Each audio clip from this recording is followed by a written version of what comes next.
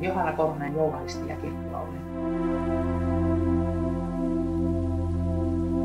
Ajattelemalla, että työlläni on jotain merkitystä muille ihmisille ja minulle, näistä kahdesta asiasta, merkityksestä ja arvostuksesta, syntyy se motivaatio.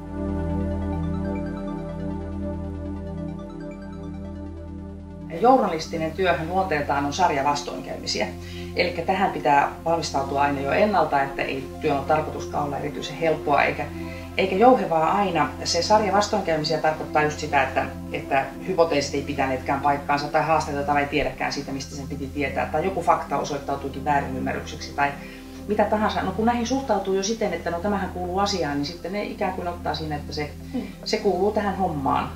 Samaten kirkkolaulajan työssä, jos kurkku on kipeä juuri vääränä päivänä, niin se on tietenkin aika katastrofaalista, mutta siinä kyllä se luottaa siihen, että kyllä tämä jossakin vaiheessa hellittää.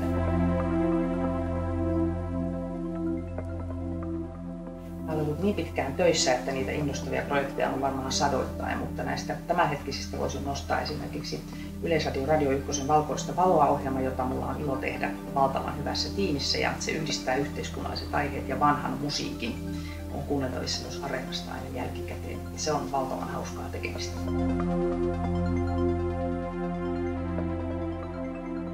Ajattelen, että journalistisella työllä on merkitystä ja taiteellisella työllä on merkitystä, ja sitten kun yleisöltä tulee palautetta, niin se on totta kai aina valtavan suuri kannustava voima. Motivaation tappaa yleensä merkityksettömyyden kokemus ihmisille ja samaten arvostuksen puute.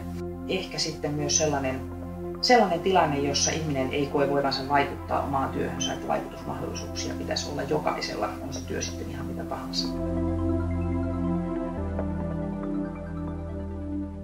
Ennen kaikkea odotan sitä, että saan tavata erilaisista elämänpiireistä ja työelämäpiireistä tulevia ihmisiä, että tähän meidän paneeliin on tulossa tutkimusmaailman asiantuntemusta ja yritysmaailman asiantuntemusta ja järjestömaailman edustusta.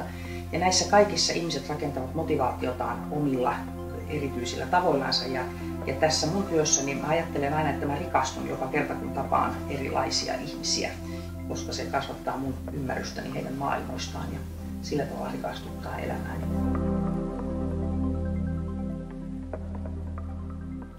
Toivon, että meidän paneelikeskustelu synnyttää kuulijoiden aivoissa sellaisia ajatuksia, joita he ehkä muuten eivät olisi tulleet ajatelleeksi ainakaan nyt, ja jotka tuottavat heille jotakin iloa ja hyötyä heidän omassa työssään ja elämässään.